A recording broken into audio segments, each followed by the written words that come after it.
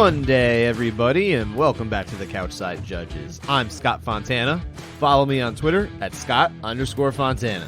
And I'm Dan Urban. You can find me at the Dan Urban. You can follow the podcast at Couchside Judges, and you can subscribe to us wherever you listen. And if you like this show, give us that 5-star review I ask you every week for. And as always, we talk judging in MMA, so head on over to abcboxing.com to read the criteria.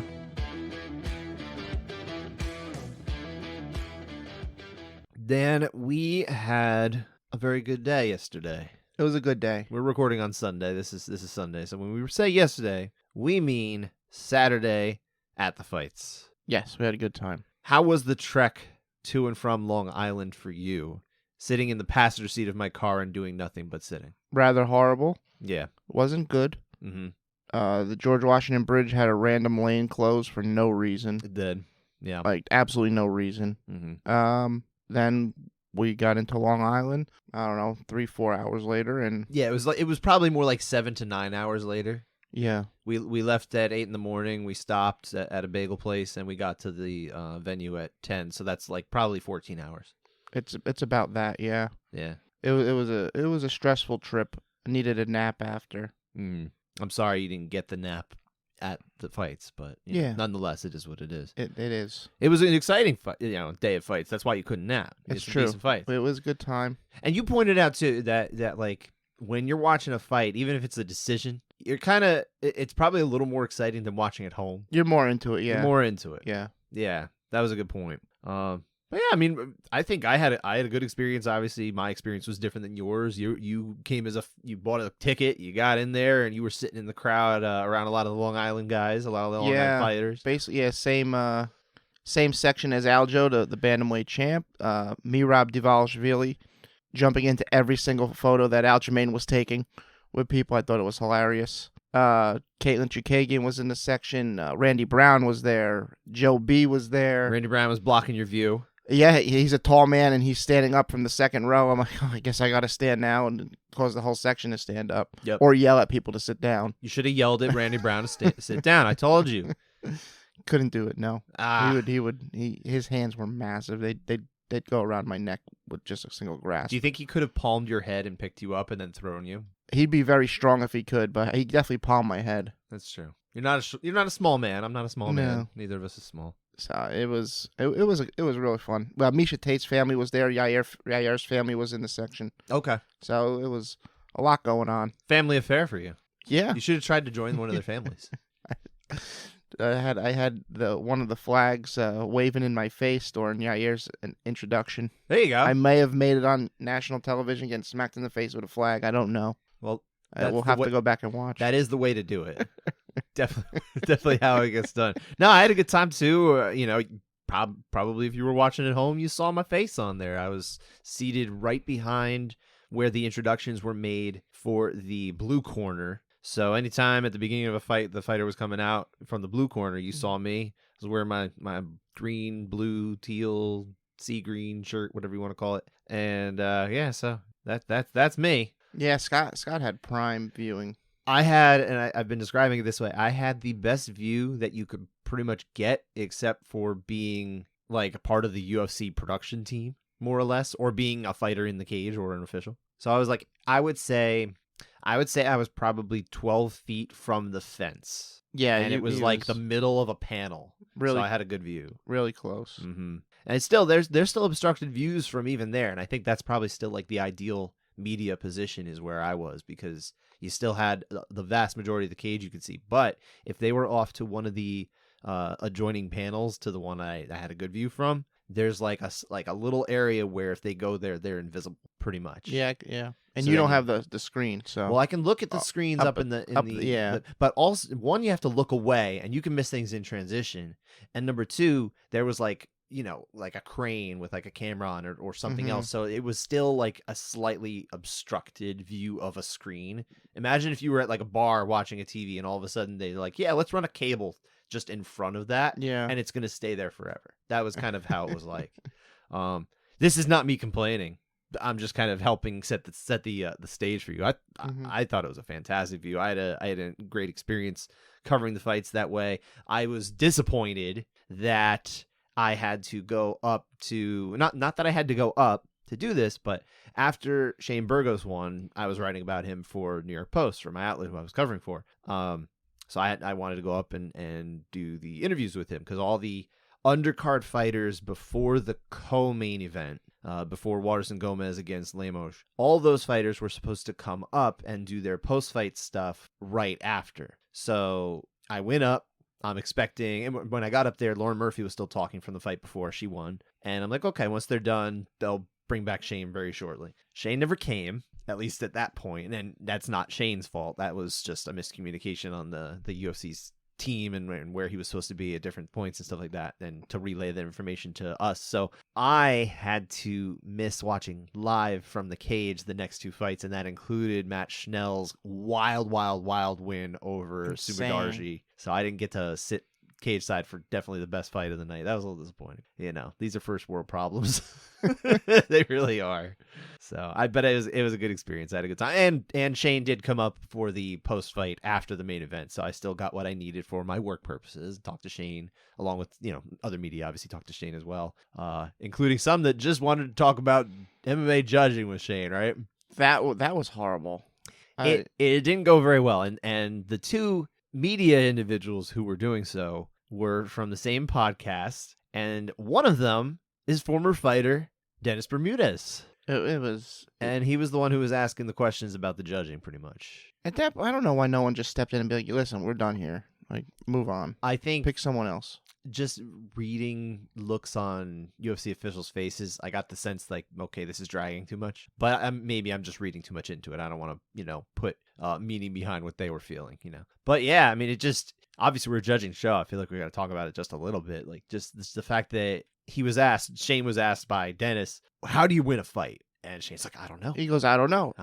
And I think that speaks to the way a lot of fighters feel about not understanding the rules and how they're supposed to win and stuff. But I feel like it's more because they don't actually understand what it is. Because Shane was mentioning the fact that it's, he mentioned like this and octagon control. It's like, okay, that's where the misinformation kind of gets out there and gets pervasive and people misinterpret it, right? So it came up eventually that they do like training and that kind of thing. And I was one of the people who pointed out they're actually doing training in Niagara next week. And someone else also pointed out that Texas is doing it. Now, granted, I don't know how Texas is going to train things, right? I don't know what that means when they train. So I couldn't even say whether it is going to be different or not from what ABC does, but I can understand why there might be some confusion, especially when it is Texas, unfortunately, which has a terrible rep. We've certainly spoken about that ad nauseum on this show. But ABC, like that's where you want to go if you want to get the actual proper training, because that's the officials are the top officials. It's run through the actual service that is going to certify you, right? Mm-hmm. So, and I had more problems with this. Okay, because Bermudez is asking things, or maybe it was his partner. I'm not really sure. But after he asked this question, and Shane clearly says, "No, I don't know what it is." So Shane is unfamiliar with the criteria. And now he's going on to, do you get upset when you hear a certain judge is on your fight or a certain official? And he's trying to get him to call someone out, and then Shane refused to do that. But then it's like he doesn't know what he's looking at. So how can he know who's good and who's not? Sure. So you can't offer advice to fix something if you don't know how it already is. Yeah, you got to at least understand the problem. That's a problem where I got. Like that conversation should have been, do you know how a fight is scored? No. Okay, moving on. Right, and that's it. But obviously Dennis is a fighter, and he's not really, reporter. Yeah. He's technically media in that he has a podcast, but we have a podcast, so you're technically media too, even though you don't like to identify that way. Not really, no. But I could. I mean, I'm down to sit on media row. Yeah, that's it. All those seats look really good. Well, but that is the unfortunate part of this lack of understanding, and I hope we can do more to kind of get the word out. There are definitely a lot more media going to next week at Niagara, and we'll talk about that next, later in the show. I think we'll probably wrap up with that. But to get back to Saturday's fights in general, let's look at the the featherweight division now, after the unfortunate way that the main event ended. It's a legitimate win by Yair Rodriguez over Brian Ortega. It was an injury based on actions he was doing to try and get an armbar. It wasn't, it wasn't exactly the way intended, but nonetheless, it's not. I guess there's a flukiness to it, but it's also an earned win in that it didn't just it didn't just happen weirdly without him doing anything, right? He didn't just like step wrong, Yeah, I mean, I guess. I don't want to harp on that part. The point is more, it's not the ideal of a clean win that we really like. Like Yair's not happy with it. No, he's not. So, no one is happy, of course. So, and Brian is even less happy, of course, because he's now facing maybe shoulder surgery again. But what do you do with featherweight now? Because the obvious answer would have been Yair wins and then he gets the title shot, because that was what apparently had been discussed, at least with Yair. Obviously things change anyway, and this was a weird thing. So it's like, that's not necessarily the most definitive way to get a title shot. And there's the fact that Alexander Volkanovski has a broken hand. He's going to be out just a little bit, if, who knows how long. And then end of the year got to be. And yeah, probably. And then Brian Ortega, if he's going to be out for a while, they can't even just do an immediate rematch, as both fighters have expressed interest in doing. What the heck do you do now? I mean, do you just wait for Volkanovski before you have another title fight? Or, as someone suggested during Dana's media availability yesterday, what if you did Yair Rodriguez against Josh Emmett for an interim title? And then Dana kind of sounded like, yeah, that doesn't sound like a bad idea. That sounds like the way to go. Yair fought for 4 minutes, took 0 damage. He was doing very well on the feet before it hit the ground. They're basically on the same timeline, or very close to it anyway. I could see them fighting for interim title before the end of the year. I could see them doing it. I don't want it. The interim title is unnecessary. Put it this way. I would like to see how long Volkanovski is supposed to be out. If he can fight in calendar year 2021 or 20, what year are we? We're in 2022, Scott. 1986. In calendar year 1986, yeah, 2022. If he can fight before the year is out, whatever year that is, I don't see why you need an interim title fight. The guy has fought twice this year defending his belt. Right. If he can defend a third time by December, why do you need an interim belt? He would be an active champion. 3 title fights. Even who begrudges how infrequently title fights happen, you can be like, okay, 3's fine. If he did 3 this year, which I don't see it happening, but you can just do Yair versus Emmett for number 1 contendership. For the clear number 1 contender. You don't need the interim title, right? But they're going to put an interim title on it. Odds are, unfortunately, because now the interest has been stoked, and they can always put that on a pay-per-view and put gold on it and say, hey, it's even better. Yeah, I mean, why does flyweight have an interim title championship coming up? It's almost the same thing. Because reasons, Dan. So it's because insane. Reasons. It's just so stupid. Yeah, I know, it's dumb.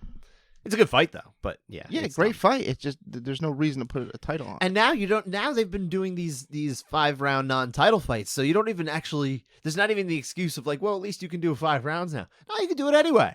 Yeah, you can always. You don't need the belt anymore. The third fight on the main card, Nate Diaz and Leon Edwards, was 5 rounds. Yeah, so you can just make a 5-round fight if you want a 5-round fight. If that was only a 3-round fight, there would never have been that slap that obviously won the fight for Nate Diaz. He would have done it earlier. You would assume. Yeah, he just would have done it earlier. He just would have done it earlier. Okay. Yes. Gotcha. Yeah. I think we're more or less united there. What about women's 125 now? Because I think the obvious answer would have been Miesha Tate. If she wins, she gets the title fight. That was something even Valentina Shevchenko had expressed interest in.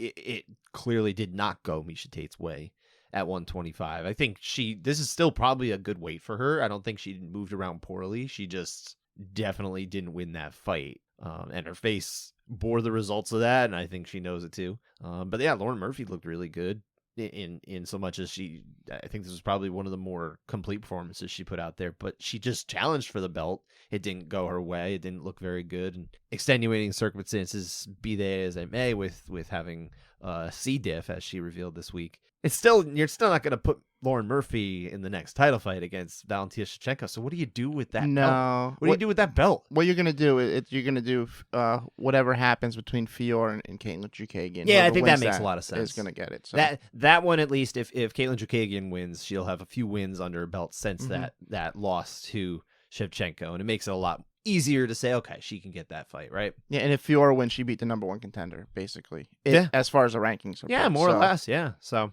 and I think they would like to see Fior get in there? Oh, actually, wait, no. Chukagian got hurt. She's not in that fight. It's now Andrade versus Fior. Oh, that's right. So, yeah, and that's a good one too. So I think either one there, really. Thank you. I'm glad you pointed that out. Yeah. No, that's interesting. That'll be a good one. So yeah, I think that's what you do with that division. All right. I mean, that makes the most sense at this point. There's you got to do something. I guess the only other option is you just press the pause button and let Valentina Shevchenko go up and challenge for the 135-pound belt, regardless of who wins. I think regardless of who wins, because if Juliana Pena wins again, obviously they're not going to do weirdness aside. Let's say suffering a shoulder injury during an armbar aside. Yeah, you're not going to see an immediate Amanda Nunes Juliana Pena number 3. It's just not going to happen. So. Yeah, you put up there, you say, hey, she already has the win over the champ. Maybe she can go for the double champ status against someone she's beaten. Or there's that third fight against Amanda Nunes. And even though she's 0-2 against it, a lot of people felt in a very similar way to Max Holloway and Alexander Volkanovski that maybe a third fight was warranted because of the closest of the second one. Or they just wait to see how long Taylor Santos is out and Tyler Santos shouldn't get the immediate. So I don't agree either. Yeah, I don't want that. I don't think that's right because I still don't think that win was as close as some people really thought. Yeah, I was talking to people at the event. They're like, "Man, what did you think? Did you think that Santos won?" And not criticizing or anything, because obviously there's a lot of people who have this belief, but I really don't see it. I've been telling them, and I think we said it on our show. It's much easier to give 4 rounds to Shevchenko than it is to give 3 rounds to Santos. Yeah. So I'd be disappointed if they did a rematch there, and not because of anything I have against Tyler Santos. I just don't think it was that close. Yeah. The only other thing I wanted to talk about before we get to contested rounds is one that's not a contested round, but I went against the grain against the judges from my cage side seat, of course, and that is round 1 of Dwight Grant against Dustin Stoltzfus. Now, I gave this one to Stoltzfus watching it live, and Grant was the one who got all 3 judges' scores. So we had to watch this one again, Dan, right? Because obviously this is the point of this exercise in particular, is to acknowledge the fact that you're going to watch things one way, cage side, from a different view, and then you can watch them another way at home, and things can look very different. Because as I'm watching this fight from my seat, close round either way.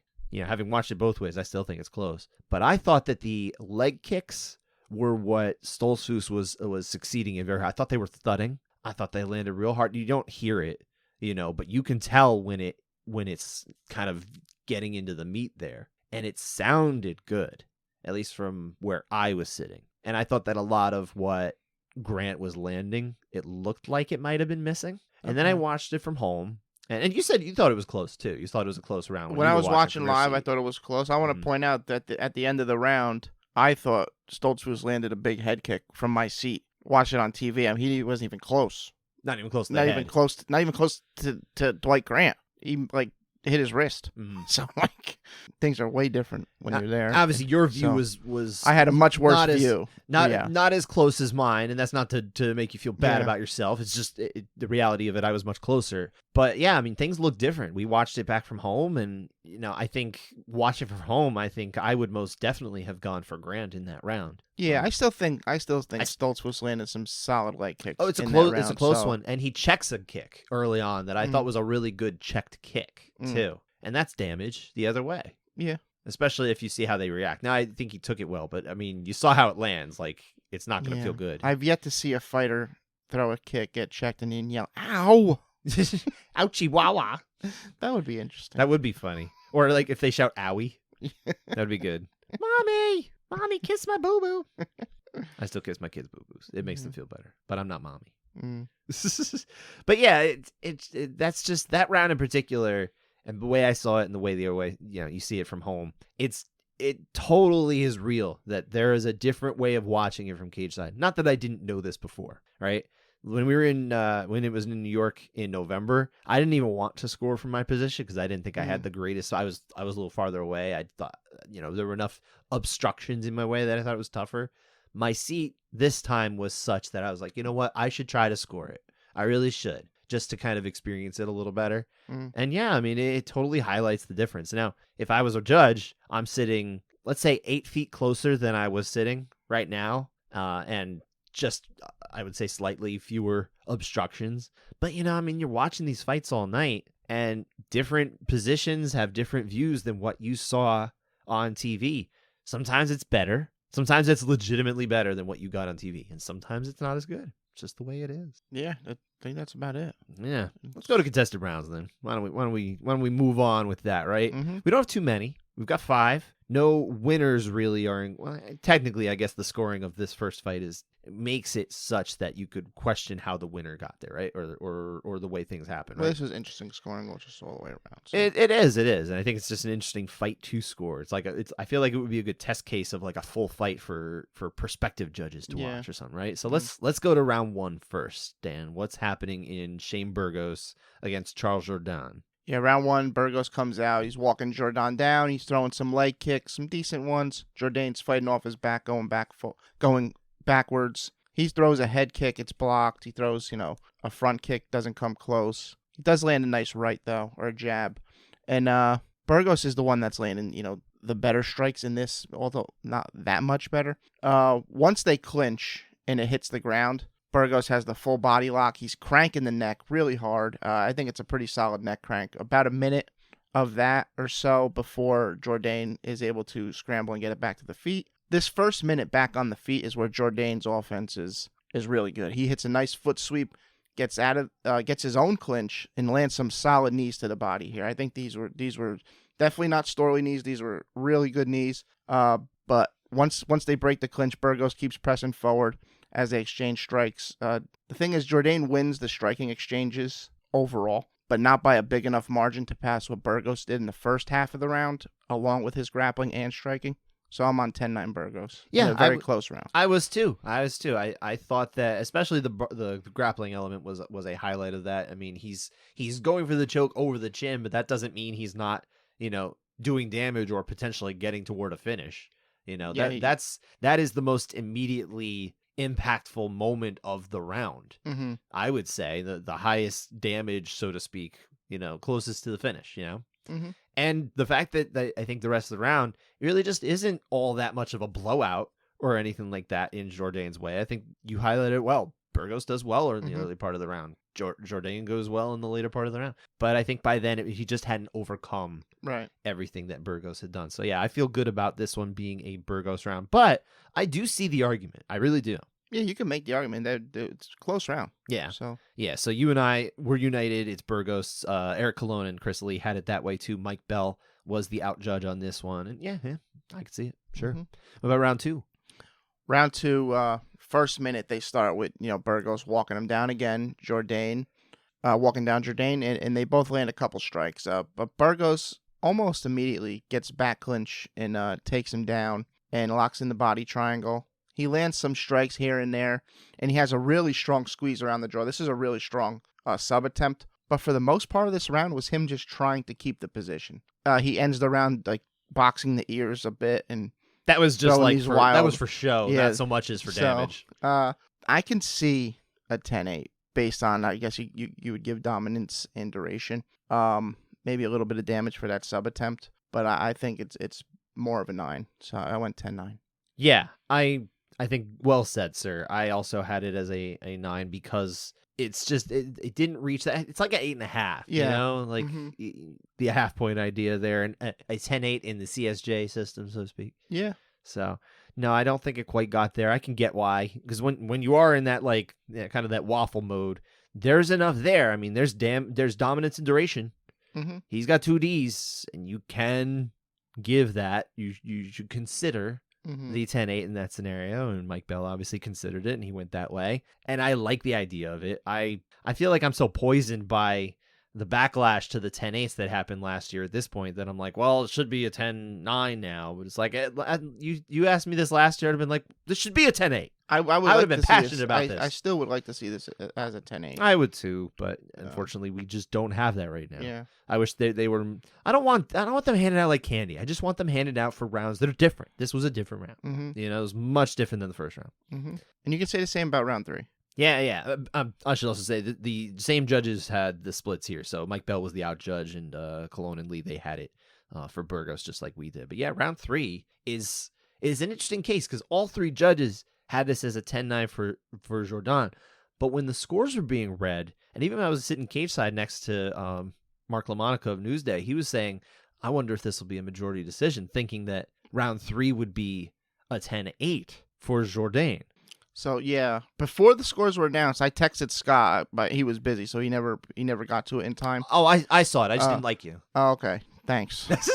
No, I missed it. I said 28-28, maybe a 28-27, where both fighters got a 10-8 in round 2 and in round 3. But that wasn't the case. It was 29-28, 29-28, and 28-28. So, but round 3, people were saying, if you give round 2 a 10-8, why don't you give round 3 a 10-8? I think both rounds are, like Scott said, a 10-8.5. I didn't think Jourdain's strikes were all that immediately impactful early part of the round. At the end of the round, he lands some big bombs, and you can see that Burgos is a bit hurt there. But I don't think I would have pulled the trigger for an 8 in round 3. Yeah, I mean, I didn't, but also, again, I feel like I'm just like, my whole idea of what should be an 8 sometimes gets skewed watching live. It's easier for me to evaluate it like on second watch. And I recognize this is not something judges get to do, but, you know, and I always give them the benefit of the doubt in that sense that it's like, hey, it's tough, you know? But you look at the numbers here, right?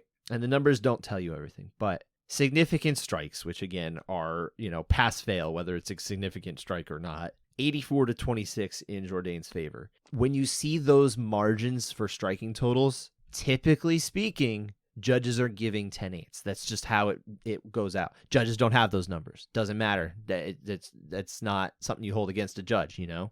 But when you do see that margin, it typically does end up going that way. Obviously not in all cases. But I think when you have the fact that there are a lot of strikes being landed, and the fact that there are moments late in the fight where Jourdain is starting to kind of, it's piling up in a way that's actually affecting Shane Burgos. He's hurt a little bit. He kind of masks it well because he continues to fight, but he's backed up at one point. He like bounces off the cage. He's kind of hurt there. It was like, I want to say there was like 90 seconds left or something like that in the fight. And I feel like around that point, if you caught that, and you account for all this stuff, like a 10-8 it's probably easier to give here than it is to give in round 2. I agree. Because it's got the damage element that the commissions now want. They want that damage. I just think they're both 10-8.5. Yeah. There, so. Which means 10-8. Yeah, you know what? I'm fine with that. Even though I've been going 9s here, so but I want to see more. I want to see more like, flexibility in the scoring. I mean, I wonder if it was because I say this all the time. I know it was a large margin, but it wasn't a total blowout. Like Burgos did land some good shots in this round, so but it is a large margin. The problem is large margin isn't really a factor anymore. Yeah, they've kind of moved away from that, which is also a shame. But like also, like I said, the early part, I mean, it didn't look like it had a huge effect. The ones at the end had the solid effect. Yeah.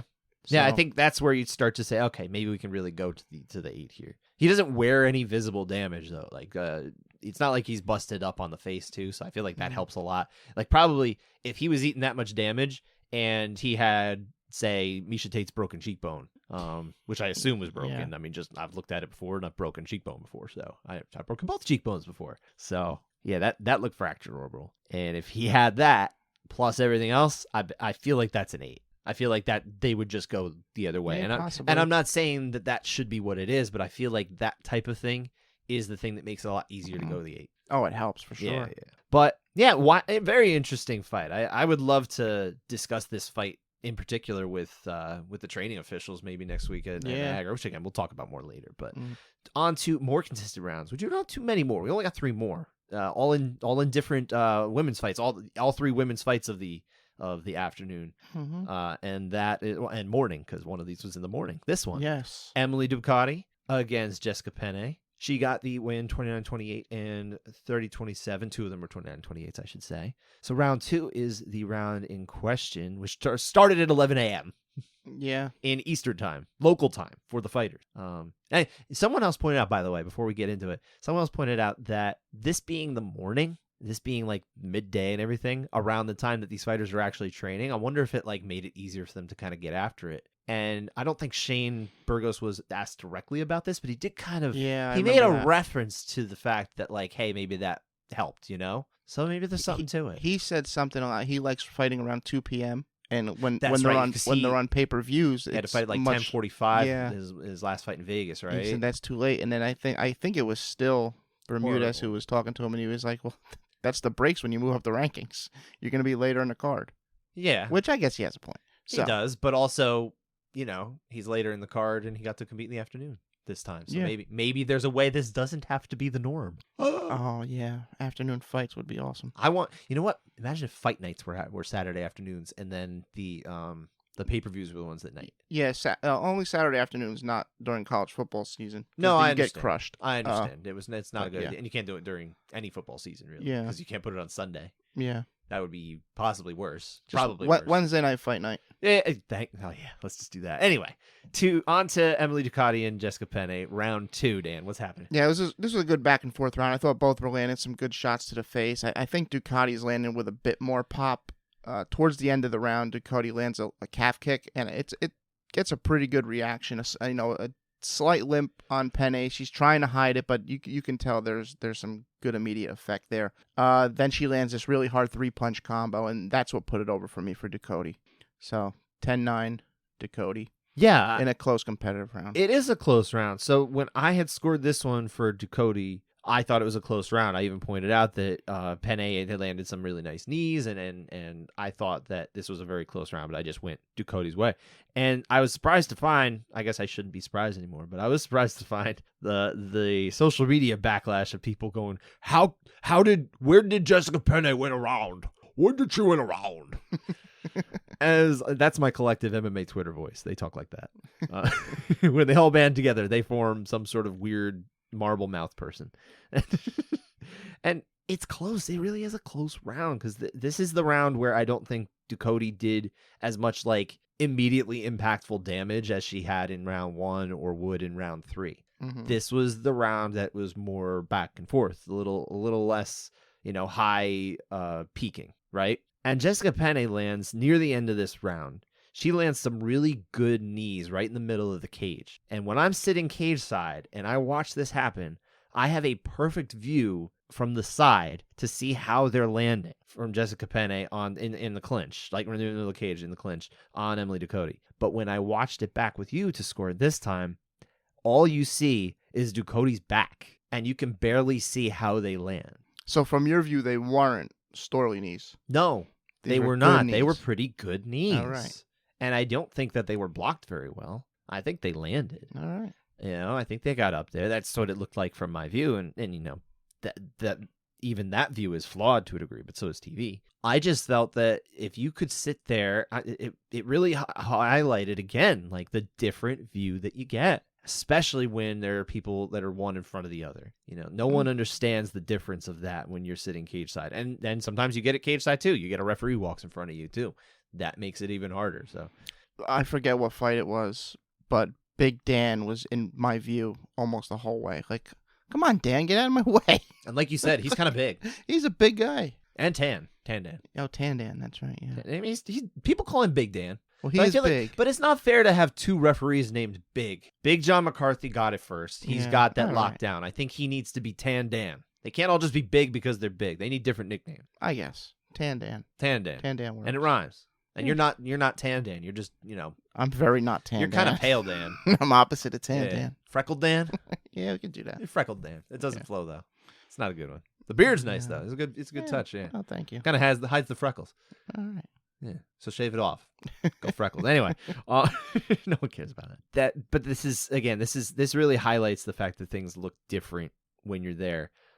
Even though, look, when the UFC is in town, as you pointed out, Dan, when the UFC is in town and they're the ones running the show, right? Mm-hmm. They provide monitors for the officials to look at cage side if they need to, right? Mm-hmm. So even when those scenarios happen where somebody's blocked, they can look down at their screen. But there's that moment of transition where you go up and you go down and you look at your screen. You can still miss stuff, Yeah. Once you've identified that you don't have a good spot, you probably already missed something. So I think you just sometimes have to accept it. Like, no matter what, whether they're watching on TV in the back room or they're watching only with their eyes up front or they have some sort of hybrid scenario, it's never going to be perfect. You're never going to get every view of every action unless the referee can be invisible and you can see through the fighter who's delivering the damage or strikes or whatever. Some sort of transparent individuals. No, what you got to do, you just got to put the judges in the cage. Yeah. That's it. Or maybe have them watch from above. Yeah. I did have I had thought, and this would never happen. Nobody's gonna make this accommodation. But my thought was, what if, because the judges have to sit 4 feet back because of the walkway, what if there was a cutout for them to sit 4 feet closer so that they could look right next to the cage? That'd be pretty cool. That's right next to the cage, and then someone throws a blast double at a judge, he gets whacked, the judge get knocked out. Why do you want them to get hurt, sir? What's the matter with you? I'm just thinking. You're a horrible person. Oh no! I mean, I imagine they'd be able to get away, and probably just in time. Yeah. Hopefully, they're not putting their face against the cage. I think they're smart enough individuals to know better than that. Oh, that's kind of what I picture, them sticking their nose through the hole in in one of the cages. So don't grab the judge's nose. Hands off the judge's nose. Yeah. But no, I mean that's a good way. You can get at least 4 feet closer, and then maybe there are fewer obstructed views. But I mean, I'm sure that has its flaws too. But again, no one's doing that. Then the ring card girl can't walk all the way around the. No, she can step over them. Okay. I don't know. Yeah, I guess. I don't know. Whatever. Maybe. Or here's a thought: do we need ring card girls? I don't know. I'm not saying you fire them, but do they need to walk all the way around? Who watches them anymore to be like, what round is it? Good thing she's going around the octagon to show everybody what number it is. Because realistically, how many people are watching the round card? Just being serious. It's a good point. It's a good point. So anyway, that's a different conversation. But you and I both saw it for Ducote, even though 2 out of the 3 judges, Doug Crosby and Eric Colon, saw it for Jessica Penne. We sided with Dave Torelli. What does that mean for Judge Torelli? Couchside override. See, now it's dangerous for me to say it gets lost in the mail because, I could probably drive it over to his gym, or even, I don't know where he lives, but I know he lives within 10 minutes of my house. Okay. So I could probably get it to him. We should send him something. All right. This is where maybe we should either send him something, or we should admit that we've never been sending anything out in the mail. So. Okay, yeah, no, nothing. And I won't do that. I won't admit that. Okay. Let's move on. We got 2 more rounds, and first one comes from Amanda Lemos over Michelle Waterson-Gomez via round 2 guillotine choke. And this was a weird finish on the guillotine because she gets the tap from Waterson-Gomez on the opposite side of, it was Kevin McDonald, right? Opposite side of Kevin McDonald. And that's not for lack of trying from Kevin McDonald. It looked like he was trying to get the best position. He was definitely moving around. Seemed like he was trying to watch Waterson-Gomez's face to see if she goes out. Sure. I think for that. It looked like he was doing everything that a referee would be expected to do. It's just so happened that Waterson tapped with the other hand on the opposite side. But Lemos lets go of it right away without being told. And everyone's a good sport and says it's over. But Lemos made a big mistake letting that go. You wait until the referee tells you no. I know it's probably something you're in training. You obviously, we've rolled before. When someone taps out, you just do it. But when you're in a fight, you got to keep going. And that could have ended up badly. But fortunately, Waterson-Gomez is a good sport. And everything, all's well that ends well, right? Yeah. Lemos was the ref. She stopped the fight. Evidently. But I want to highlight that as I feel like that's a moment of good refereeing. I think Kevin McDonald was doing a really good job there, even though I don't know how it looks to people at home. I think that's probably the way I would want to see a referee do it. And I imagine because he is an official who trains officials that we should trust his protocols there. He's been a good resource to us in the past before as a past guest. But anyway, round 1, before this all happened, not the most action-packed round. Why don't we talk about that? Oh, yeah, wow. I thought we actually did that round already. No, we didn't. No, we didn't. Yeah, we talked a lot about it, though. We did. All right, we're actually talking about round 2. That's where the finish happened. Yeah. So round 1, on the feet, I think Lemos is landing the stronger strikes. A lot of kicking from both parties. I think her kicks to the body and legs are pretty solid. Waterson's feel to be more of the grazing variety, which you typically kind of get. The immediate impact at strawweight is always pretty low, it feels, or tough to decipher, I should say. About a minute left, they end up on the ground. Waterson lands a couple solid strikes here. I think it's a close round, but I think Lemos wins at 10-9. Yeah, I also agree. It's just there's just not a whole lot happening though. This is definitely not a die on the hill round for I think either fighter. But I think Lemos does enough in let's say a low impact round. Yeah, I don't really have much more to add. Other than the fact that you and I both saw it for Lemos, who was not the winner of the round on the majority of cards. That was Waterson Gomez from Doug Crosby and Mike Bell. So we saw it like Chris Lee did. And what does that mean for Judge Chris Lee? Couchside override. Chris, your prize is in the mail. And the last fight. Last one was the opener of the not the pay-per-view, the ABC aired main card. Lauren Murphy getting the win over Miesha Tate. Really good win for her, like we talked about. 30-27 twice and a 29-28 round 3, in which the fight was pretty much already decided by this point, is the only dissenting round. Let's talk about it. Yeah, competitive round. I think Murphy's landing the harder shots. I think Tate is keeping it competitive, but really I think her best offense is towards like the 1.5-minute mark, where she lands a couple solid punches that leads to a clinch situation where not much happens in this scenario. Throughout the round, I thought Murphy was landing pretty good, especially a heavy elbow in the clinch right on that cut. Competitive round, but I think it's for Murphy 10-9. Yeah, same. I don't really have a ton to add. I thought it was a pretty decent round for Murphy, but not one that I would get all bent out of shape about, especially having watched rounds live just the other day and understanding how much differently your views can be. Mm-hmm. So, I'm sure Derek Cleary saw enough, and I don't have any doubt in his acumen as a judge at all. So he was there. Derek Cleary was the out judge here. Eric Colon, Dave Torelli, they were in the majority, so we saw it their way. And that is it. That's our contested rounds. 8 finishes on a really exciting card. 5 by KO, TKO, 3 submissions. 2 of these ended in the first round. I think all the rest ended in the second round. So out of 8 finishes, 6 were round 2. That's like a weird anomaly. Yeah. Which, I mean, there was only 12 fights, right? Yep. And there was a lot of booing for 12 fights, 8 that ended in finishes. Yeah. So. Yeah, this has to be said. The Long Island card, like the Long Island fans, they were passionate, but they were extraordinarily impatient. Oh my God. They weren't even super thrilled with Matt Schnell's comeback over Sumodarji. That was insane. Like, at the beginning, at least. Round 1 was like a pretty solid round. Round 2 was where it got absolutely berserk. Mm-hmm. But they were, oh my God. What the hell, guys? You've watched fights before. 3 guys who you probably, grew up with have been champions of the whole world in the UFC. You don't know how the sport works yet? Come on. Yeah. Chill out, guys. If you just want to see face punching, watch boxing. Yeah, and you know what? So, if you don't know what to say, just chant USA. You guys had that down. Yeah. Down pat. Mm-hmm. I don't even think they did that during Chanel Sumodarji as much. But I wasn't in there because I unfortunately was missing it live. I didn't get to watch it live. Yeah. That was your favorite finish, right? That was, Matt Schnell comeback win over Sumodarji in round 2, where he was taking a beating. Sumodarji was landing crazy elbows until Schnell rocks him with a right, gets a quick takedown, mounts him almost instantly, and just starts raining elbows until he rolls over into a triangle, gets the tap. What about you? Well, I'm still disappointed I didn't get to watch that one live. It was fantastic. It might be it.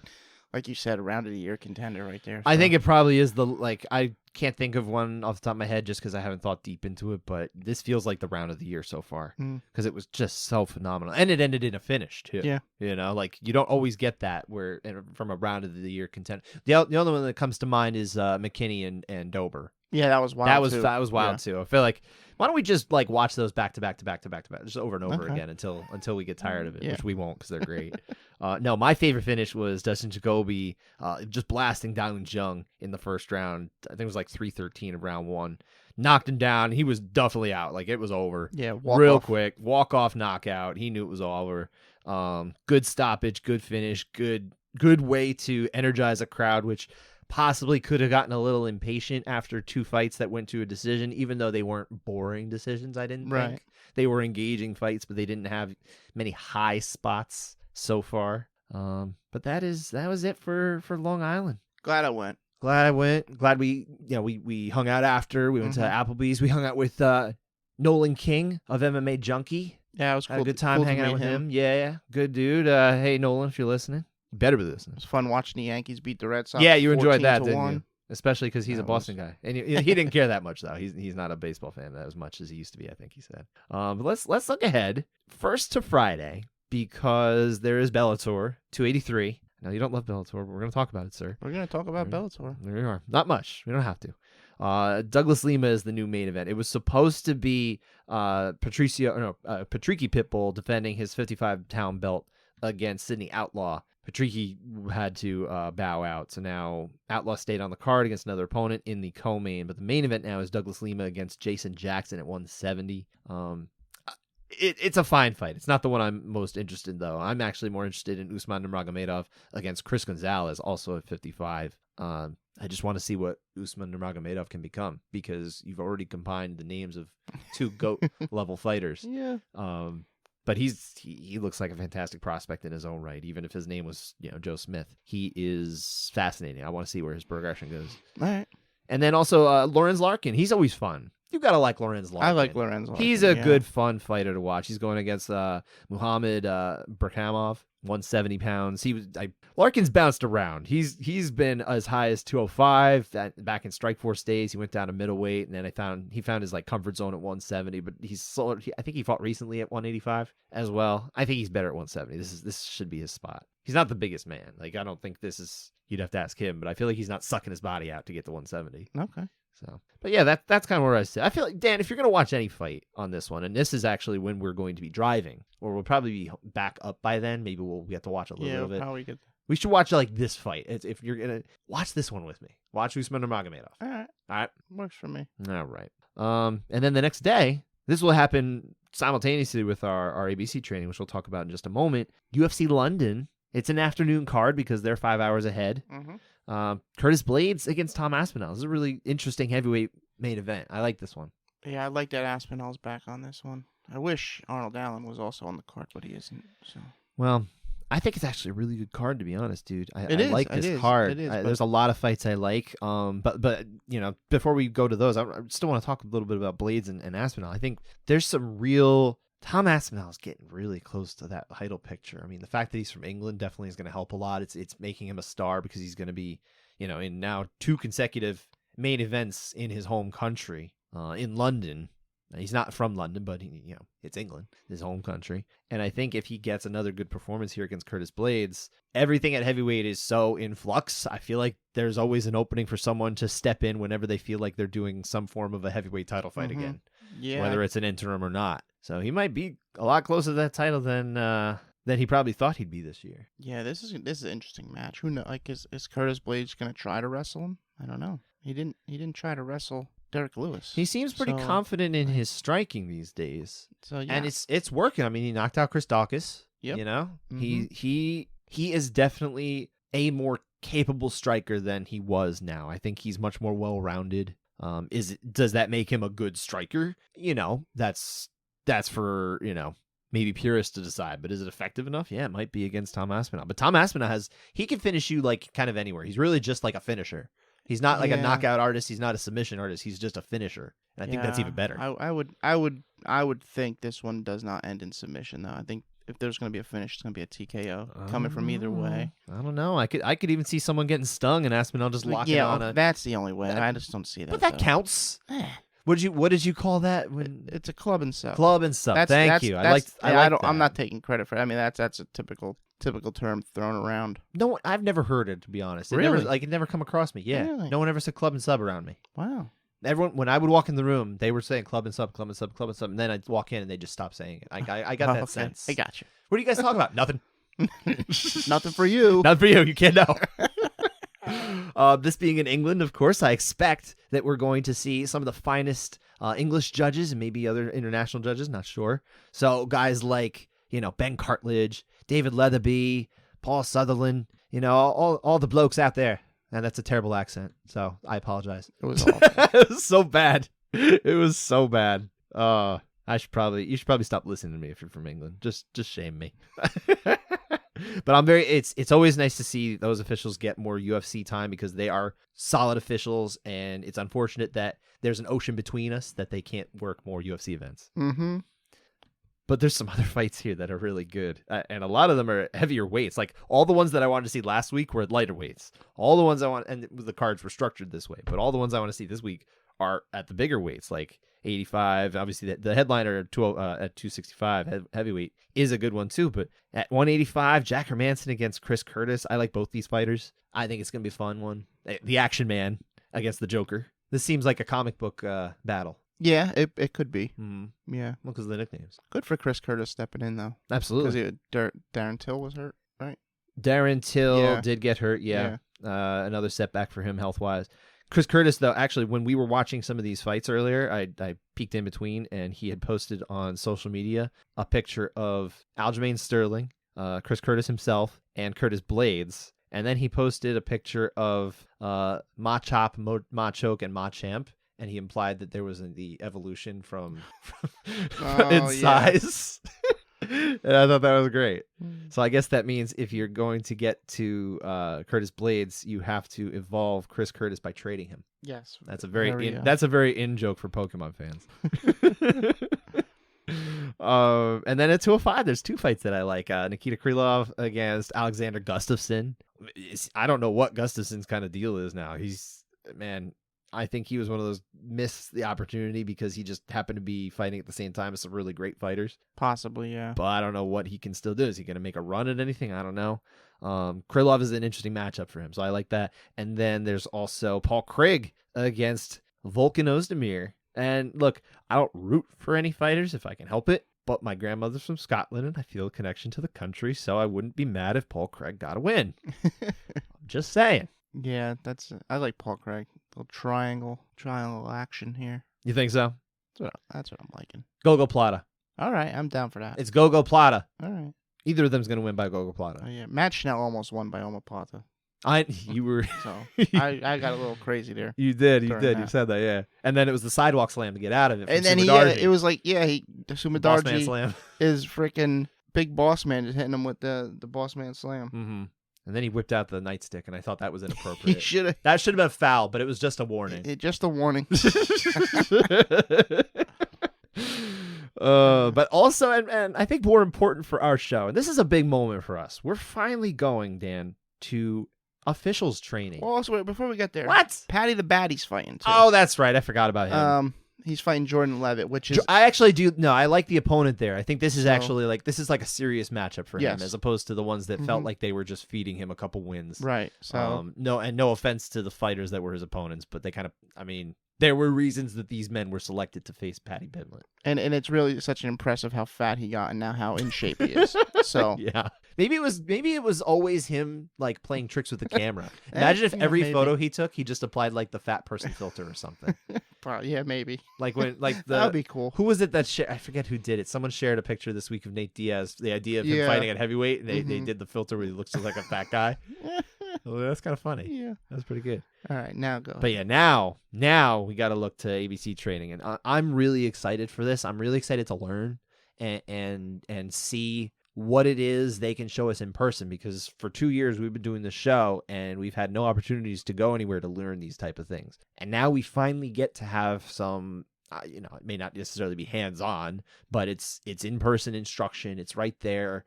It's different than doing things remotely. And I'm really thrilled and blessed with that we get the opportunity as media members. You're a media member in this case.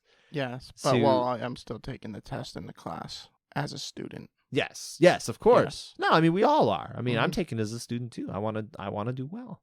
I want to learn. I want to come away from this experience having better enriched my understanding of officiating, whether be it refereeing or judging or both. So I'm excited for both. I wonder if we have to wear like athletic gear for the referee training. We'll have to figure that out. I feel like the judges training, it's probably less necessary. Mm-hmm. Although I don't know, maybe there's calisthenics involved. I don't want to. Yeah. But either way, it's different. I imagine there might be more movement involved in refereeing. Maybe not. Maybe it's really just about like seeing things. So. Do you think there's going to be a cage there? Yeah, they definitely have 7 cages. Okay. They're going to be set up on the falls, floating. No, I kind of doubt it. Okay. I bet you it's more like a mat situation. Okay. If there is, but I don't know. I really don't know what to expect. I have expectations in my head based on not talking to anyone about this. But like I'm gonna show up there and I'm not gonna be disappointed. I'm just Yeah. curious what it's gonna be. So, but in my head, that's where my my I guess visions of what it's like are gonna be. Yeah. So I'm excited for it. and then I'm staying much longer than you. You are leaving Sunday night After the judging. after the yeah. judging, like right away, because you couldn't possibly stay in Niagara another moment. Yeah, I know. I'm staying around town because I'm going to be covering the next few days of the ABC conference. I was told to go to Anchor Bar, which is supposedly where the buffalo wing was invented. Really? That's what I was told. Do they have the first buffalo wing there? I wouldn't eat it, but yeah, they might have it like bronzed. Maybe when they've made the first buffalo wing, they said, no one can eat this. This is history. And then it's covered in flies. Dead flies. Old dead flies. Anyway, that's gross. So yeah, so I'll be covering the conference. You'll be going home. But yeah, I don't know. We have to figure out when we're going to be doing the show. I guess maybe we'll do it after you get back. Yeah, and do it remotely because we're going to be next to each other for 48 hours and we don't do a show next to each other. You had to leave. Here's the thing. If UFC London has like a record amount or like double-digit rounds, just be prepared for a long show. That's true. Because we don't have a lot to talk about. I guess in theory, if we have enough time, maybe we can record an episode. No. We're not going to bring our equipment. I could bring the equipment. You want to bring the equipment? I could bring it. All right. It's not That's up to that you. difficult. Then yeah, I mean, we'll figure it out. We don't need to discuss this on air. We'll figure it out. Yeah, we'll figure it out. Maybe we will put out a show for Sunday morning that's just on the judging, and then we'll do it with the one the following week that's also, or maybe midweek even, that talks about the actual experience. Possibly. Yeah, that sounds good. We could do a midweek one. Yeah, if we can do that. Yeah. And as the show peters out, thank you everyone for listening. Like I said, we'll be back with one, maybe 2 episodes in the next week or so, or week and a half. Thanks for listening, everyone. We'll see you again on Monday, at least. And we'll see anybody who's going to Niagara. Say hi. Take care, everyone.